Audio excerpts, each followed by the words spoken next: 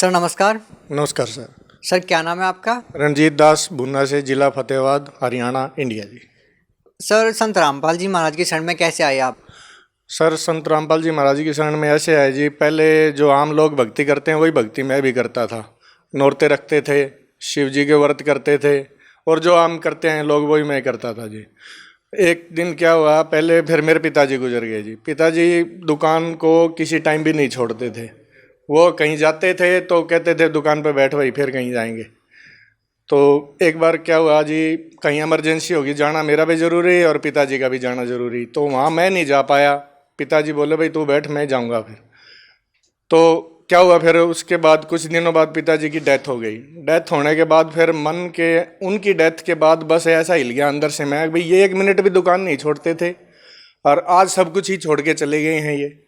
तो भगत जी बस परमात्मा की तरफ ध्यान हो गया एकदम।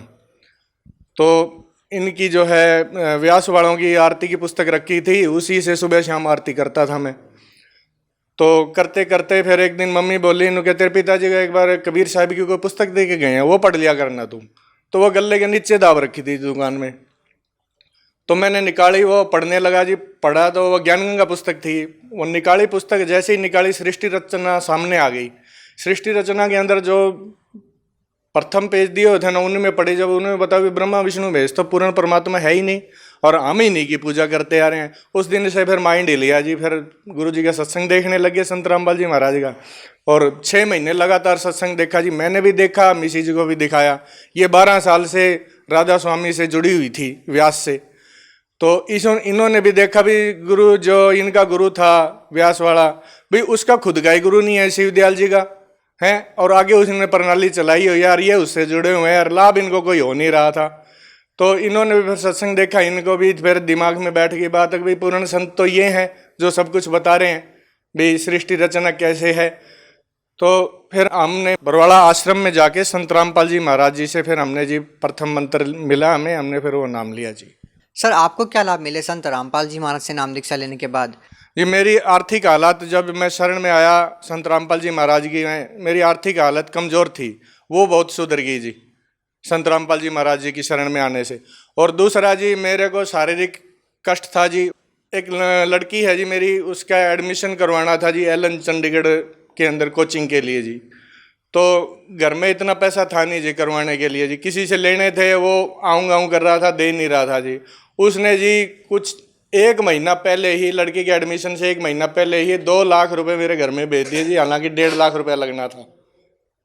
ये आर्थिक लाभ हुआ। और दूसरा एक और इससे पहले कि मेरे पास काम करने के लिए बिल्कुल ही कोई सिस्टम ही नहीं था, बिल्कुल ही मैं बेरोजगार हो गया था।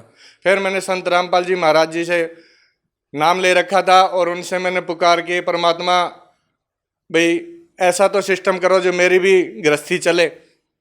तो जी मेडिकल हॉल है, मैंने किसी के सिर में बनाया हुआ था, तो उसने पहले वो ले लिया था मेरे से मेडिकल हॉल, और उसमें से मेरी जो 1 सवा लाख रुपए पूंजी निकली थी उसने वो दे दी थी मेरे को, वो लग गई थी जी मेरी। फिर उसको कुछ दिनों बाद उसने वो मेडिकल हॉल उससे संभला नहीं, मेरे नाम पे चल रहा था वो बोला फिर भाई तू ले ले, मेरे से नहीं चल रहा ये। तो उसमें जो है जी 1.5 लाख रुपया मेरे पास थे, जो वो देने के बाद 2 लाख रुपए के करीब, 1,90,000 रुपए मेरे को और देने बनते थे जी। मेरे पास देने के लिए 1 पैसा भी नहीं था। तो कुछ ही दिनों के अंदर वो पेमेंट भी मेरी उतर गई जी, और 6 महीने के अंदर अंदर मेरे को पता भी नहीं लगा जी कैसे उतर गई, इतना लाभ दिया परमात्मा ने जी। सर जैसा कि आपने बताया कि संत रामपाल जी महाराज ने आपको बहुत सारे लाभ दिए, तो सर आप हरियाणा की जनता को, हरियाणा के लोगों को आप अपनी भाषा में आप क्या संदेश देना चाहेंगे? मैं संदेश तो क्या दे सकता हूँ जी, मैं दास तो एक प्रार्थना कर सकता है भी संत रामपाल जी महाराज आज जो ज्ञान दे रहे हैं वो शास्त्रों से प्रमाणित है और सच्चा ज्ञान है, उसको सभी को ग्रहण करना चाहिए और जल्दी से जल्दी संत रामपाल जी महाराज की शरण में आके अपने जीवन को सुखमय बनाए।